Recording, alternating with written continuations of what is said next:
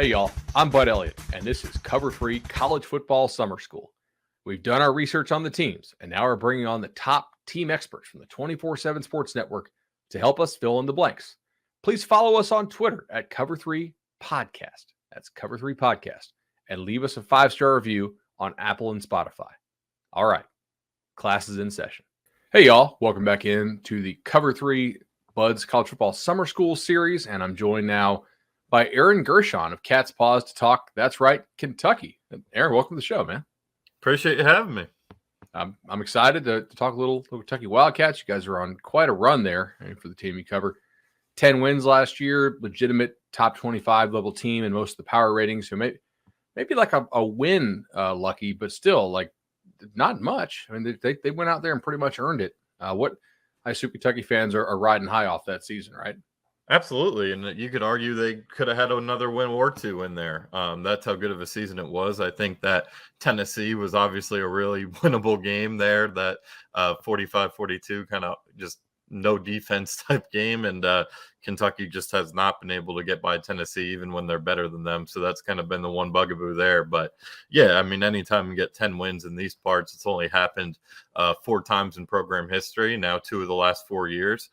Mark Stoops is really building something special. You see the recruiting getting better and better. I think they finished with the 13th best class in the nation for 22, and they'll have some young kids in that class play right away. And it's kind of, they're getting to a point where it's reload. It's not even rebuild when they have some attrition like they will this offseason with guys going to the NFL. But you still have an experienced quarterback. You bring back a lot of that. And last season at 10 wins, they almost feel like inside the building, they're not satisfied with that. They want to do even better. They really want to get to Atlanta, which is not going to be easy with Georgia in that division. But things are continuing to trend upwards. And last year was just another solid year. Wow. Okay. So this is why we do these. I mean, I'm very impressed with what Mark Stoops has done and like what he's continuing to build there as far as solidifying it and creating a certain floor, for this team. But I see a ton of uncertainty entering this year. So there's some areas I want to ask you about. Sure. First of all, Liam Cohen, leaving for the NFL. What are you expecting anything different in terms of tempo or scheme out of Kentucky this year? So slightly different. It's the guy they just hired, Rich Scangarello, who comes from the 49ers as their quarterbacks coach. He was the OC for the Denver Broncos, I believe, in 2019. And he's been kind of all over the place, both the NFL and the college ranks. He's also a West Coast offense guy. So as far as what I think Rich said during his opening press conference here was it's kind of the same tree, same family of offense. So the scheme will be pretty similar, but there will be different elements to it. I think you're going to see a lot of Kentucky's got a really talented group of tight ends. I think you're going to see them involved a lot. I think the run game is going to continue, which has been a strength for 5-6 years now. I think that's going to continue and maybe even take another step. And you're actually going to see some old-fashioned fullback play. They moved Jordan Dingle, or Justice Dingle, I'm sorry, they're brothers on the team, but Justice Dingle, who started his career as a defensive end at Georgia Tech, transferred into Kentucky last year and played sparingly at that position, has actually moved over to fullback, and he's doing that full time. So you'll see some fullback in there. You'll see a lot of tight end action, but I still think they're going to throw it. I think they're going to throw it across the yard a little bit like they did last year, but they're also going to, commit to the run. They're going to do whatever it takes to win. And I think, I don't think there's going to be that much of a scheme change. The only worry will be what they can get from the wide receiver position with Wan'Dale Robinson and Josh Ali gone. Those two guys accounted for, I think, 3,000 plus yards. And outside of Tavian Robinson, who comes in from Virginia Tech, has been their top receiver the last couple of years. There's not much experience. I don't think there's a guy with over 200 career yards in the receiver room. So there's a lot of uncertainty there. Who knows if there's going to be anything portal-wise that comes up between now and then. But I think from a scheme standpoint, it'll be pretty similar. So Chris Rodriguez comes back. We don't really have any questions about him. He's just a super stud, and I think underrated still. So if you guys are an SEC fan out there, maybe not a Kentucky fan, and you don't know, Rodriguez is the real deal. Like, he gets the most out of every single run, falls forward, very efficient runner. But the guys he's running behind, so 4 of 6 Kentucky offensive linemen who had 400 plus snaps are gone, and the offensive line coach is gone to I think Bama, right? So what Yep. they've recruited this spot well, but what is your confidence level that they won't have a drop off here? It's actually pretty high. Okay. They'll have two starters returning, and Kenneth Horsey, who's a senior, 5th-year senior. He's got a ton of experience. He's kind of the leader, has been the leader in that locker room, even a little bit last year. So they won't skip a beat there. He's at left guard, and then Eli Cox, who was a midseason All-American before going down with a hand injury against Tennessee, which ended his season after, I believe, the last 4 games he missed, is moving to center this year. And from all that we've seen from the spring, well, actually, he didn't play in the spring game. It was his brother's wedding. But from what we've seen from open practices and what we've heard, it's been a pretty seamless transition. So very similar to what they did with Luke Fortner there last year.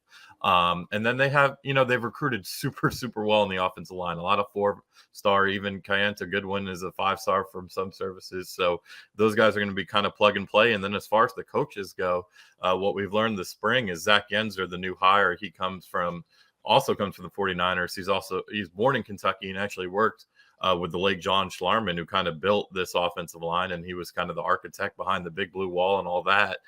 He passed away from cancer about 2 years ago now. And last year, like you said, Eric Wolford, who came in from Alabama. But when we've talked to these offensive linemen, they kind of said without saying they really didn't love Eric Wolford's coaching style. They thought he was a little too aggressive for their liking, and they think Yenser being more of that player friendly, and he reminds them of Schlarman given their connections. It's gone a lot better, and they think they've progressed a lot more. And some of the struggles we saw even in that Citrus Bowl game when Dare Rosenthal was unable to play and they had that opening at left tackle, I really do expect good things. I really like this coach, Yenser, and I think they have plenty of talent to kind of make up for what they've lost. So with Robinson and Ali being gone, Wandale obviously, because we're about to talk about another Robinson. I mean, that's 203 out of their 280 targets to receivers. So like 70%. And they were pretty much by far their best weapons, especially Wandale. It felt like he was the bailout button. It was the Staples easy button or whatever. Staples, if you want to sponsor summer school, that'd be cool. They bring in Tavion Robinson from Vatech. He's going to be their number one, we assume. Oh, yeah, unless anything changes or there's injuries. I think he's the guy, and he's had a good spring. Again, from all counts, he looked really good in the spring game, and a lot of guys missed, though it's the spring game, so who knows. But that's all we were really able to see is the one open practice we were able to go as media members in the spring, and him and Will Levis seemed to be hitting it off pretty good. And then, that's definitely a top 2 position to worry about with this team is receiver, though they have, talented kids. Dane Key is a kid from Lexington, a 4-star, and he has been outstanding this spring. And we actually just talked to him for the first time yesterday, and you can tell he's mature beyond his years. I think he's a guy who's going to come in and play right away. I think Chris Lewis, who I believe might have been a 4-star prospect out of Georgia when he was in high school, he's entering his second year. Will Levis is really high on him. So there are some guys, but there's a lot of questions. It's something that you learn with experience, and we're not going to really be able to know outside of Tavion, who's, that transfer, and he's produced in the ACC, and he'll probably do just fine here, especially with a good quarterback.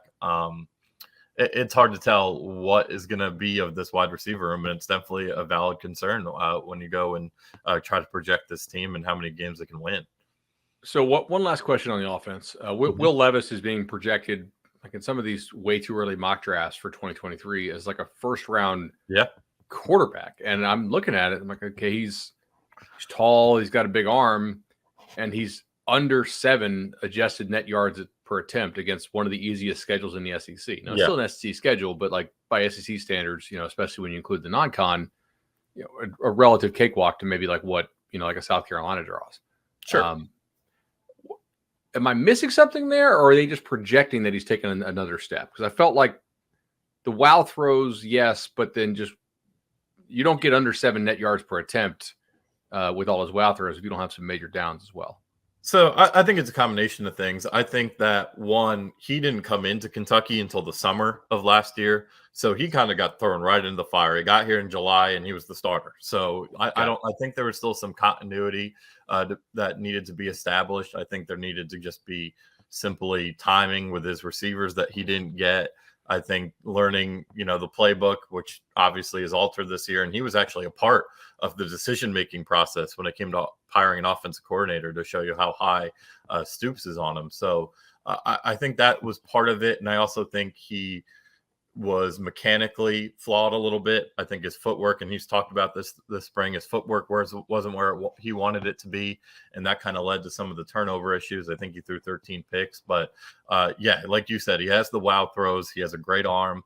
I think he's very intelligent back there. He's fearless, because he will go and he ran for 375 yards, took a lot of hits, and that's something they want him to cut back on a little this year, but he did take a lot of hits.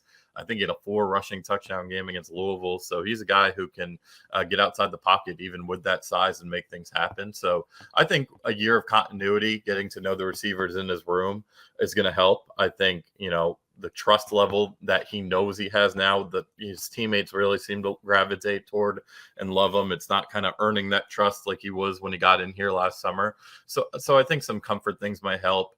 And apparently, he threw a little bit at Pro Day, which, all 32 teams were at, given Kentucky's crop of prospects. And he really impressed the scouts there. So there's something there. It's hard to, it's hard to see from a practice where, he was really efficient in the spring game, but it's the spring game. So we'll have to see what happens this fall. But yeah, I could definitely see why he's projected that way. I think the potential's there. Awesome. All right. So a couple here for you on the defensive side of the ball. Solid defense, kind of power rated 45th or so. Yep. Defensive line, I'm a little scared here. So, Josh Pascal's gone. Yep. Body's gone. McCall's gone. Pascal had 20 tackles for loss. Yeah. But they have 5 guys who had 185 plus snaps last year who are back. And so who do you think is going to step up? I assume Kentucky feels like they're not going to have a major drop off, or is this a real position for concern? Yeah, I think the interior defensive line is going to be just fine, because you have Justin Rogers, who was one of the highest rated recruits ever to sign here. He was kind of ready to go, but they were able to have him learn from Quentin Bohanna, who's with the Dallas Cowboys, learn behind Marquand McCall. And he's kind of in waiting, and he's ready to go. Same with Josiah Hayes, who is another big name prospect. He's right there in the middle. And you got Trayvon Ripka, who's had everyone's just raved about his speed from the, that nose tackle spot. So I think they're fine there. And then on the defensive ends, I think there's there are some things to be, I wouldn't say concerned, but to question who's going to be the guys that step up and start. It might be a rotation.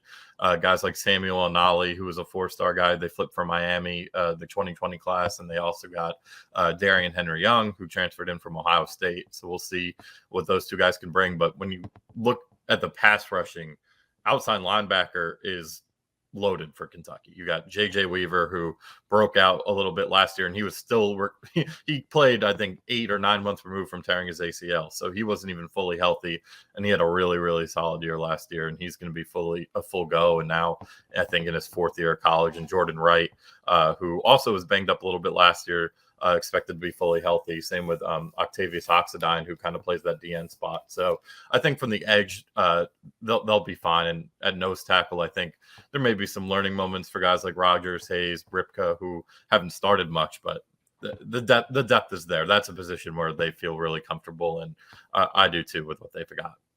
Awesome. Linebacker should be a major strength of this team. Everybody's back. They were already good last year. Obviously, like we already talked about the edge guys. The interior should be just fine. So we'll end it on this. 4 out of 6 DBs who had 350 plus snaps, including Corker, who, Yusuf was a stud. Yeah, NFL safety. Yeah, those guys are gone. Can they hold serve here? Like, I'm not going to. That's my biggest concern with this whole team right there. So that's kind of the one spot. Safety, I'm not that worried. A little. Well, I wouldn't say that. I would on a panic meter, I'd probably put safeties at like a 6. I wouldn't say it's they have some depth there. Tyrell Ajon, who's seems to be a guy who's made a big pick in all their kind of blue chip wins throughout the years. He's a 5th-year guy. He'll be the starting strong safety, so you got to feel pretty good about the experience he provides there. Free safety, they're moving Jalen Geiger, who's played mostly strong there. I don't know how that's going to work out. We just haven't seen him play enough for me to, give him my full vote of confidence. And I can tell you he's not Yusuf Corker at free safety. So that's a position I worry about. And then corner is, I think, the biggest need. I think if they're going to go and add, which I think they will, add someone through the transfer portal, it's going to be at corner. And I think Carrington Valentine's a guy who started 12 games last year. He's fine. They'll be fine there. He's only getting better this spring from everything we've heard. And he was only a redshirt freshman last year. So he's got plenty. He's 6'3". He's got speed. He's improved his route recognition from all work we've been able to hear this spring. So I feel good about him.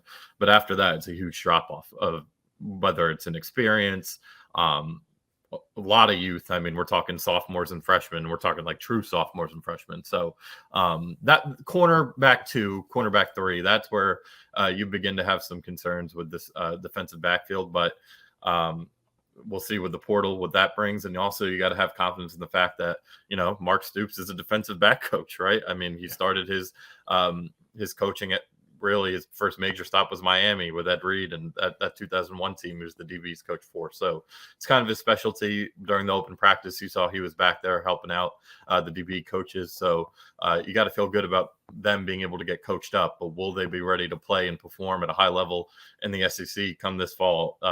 That's the biggest question on this entire roster. Aaron Gershon, CatsPause.com. Follow him. Be sure to check out CatsPause for all the continued reporting on Kentucky football and basketball, of course, over the course of the summer and whatever moves they make in the transfer portal. Aaron, really appreciate the time. Yeah, man, anytime. Appreciate it. All right, that's the bell. Cover 3 College Football Summer School is over for today, but don't worry. We'll be back soon with even more episodes filling you in on the top teams in college football. Please give us those 5-star reviews on Apple Podcasts and Spotify. Follow us on YouTube and on Twitter at Cover 3 Podcast, and we'll see y'all soon.